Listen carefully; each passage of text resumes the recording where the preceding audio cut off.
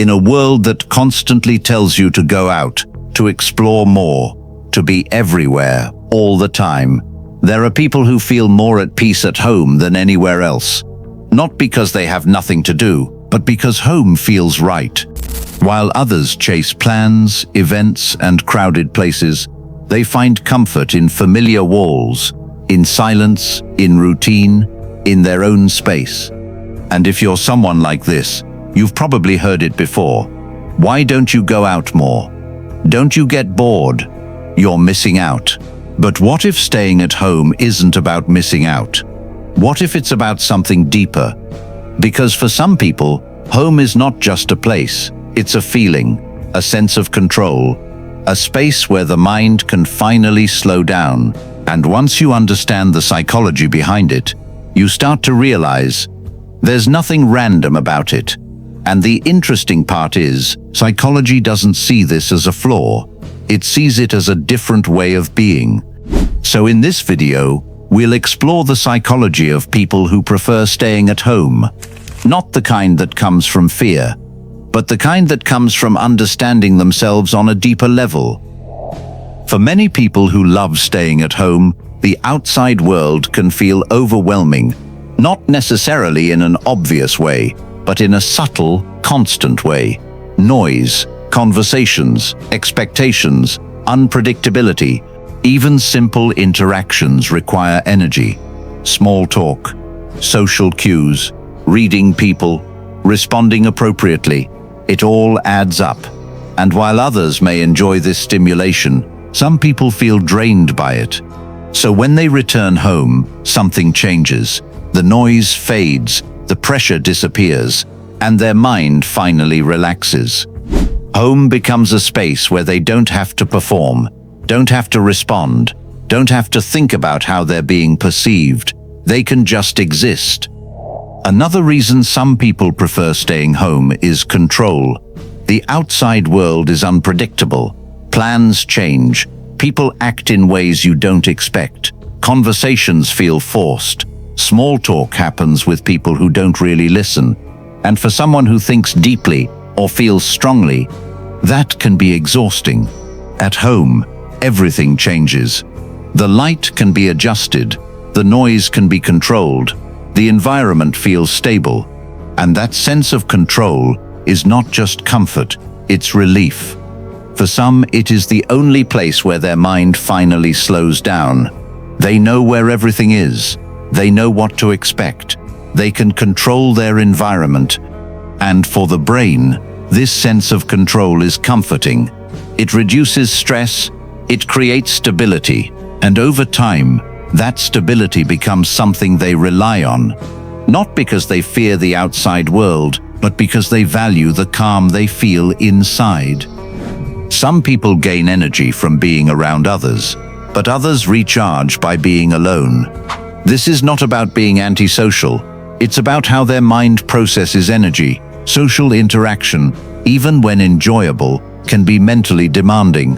It requires attention, response, and engagement. And after a while, it can feel exhausting. So instead of constantly seeking interaction, they seek recovery. And home becomes that place, a place where they can reset, think freely, let their minds slow down, without interruption, without expectation. People who love staying at home often have something in common. They don't feel bored easily because their mind is already active. They think, reflect, imagine, and create. Their inner world is rich enough to keep them engaged. They don't need constant external stimulation. They can sit in silence and still feel occupied. This doesn't mean they avoid life. It means they experience it differently. Instead of always looking outward, they spend more time looking inward. One of the biggest assumptions people make is this: if you stay home a lot, you must be missing out. But for many people, it feels like the opposite. They don't feel like they're missing something. They feel like they're choosing something. Choosing peace over noise, choosing comfort over chaos, choosing depth over constant activity. They are selective about where they spend their time and energy.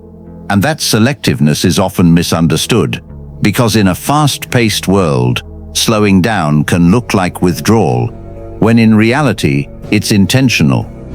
Home is not just physically comfortable, it's also emotionally safe. Outside, there is always a level of uncertainty. How will people react? What will happen next? Will something go wrong? But at home, those questions fade. There is a sense of security, a sense of control, a sense of being able to fully relax. And for some individuals, especially those who feel deeply or think a lot, that safety is important. It allows them to process emotions, to think clearly, to feel without pressure. But like any behavior, there is another side to it. Sometimes staying at home is not just preference. It can become avoidance. Avoidance of discomfort, avoidance of social situations, avoidance of uncertainty. At first, it feels safe, comforting, but over time, it can limit experiences, because growth often happens outside of comfort zones. So the line between choosing solitude and avoiding life can sometimes become blurred, and recognizing that difference is important.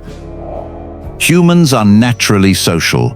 Even those who enjoy being alone still need some level of connection, understanding, belonging, and not forcing yourself into constant social interaction, but also not completely disconnecting. People who love staying at home often function best when they can choose, when they can control when they socialize, and when they recharge. This balance allows them to maintain both peace and connection. There is something powerful about being comfortable in your own space, with your own thoughts, without needing constant distraction.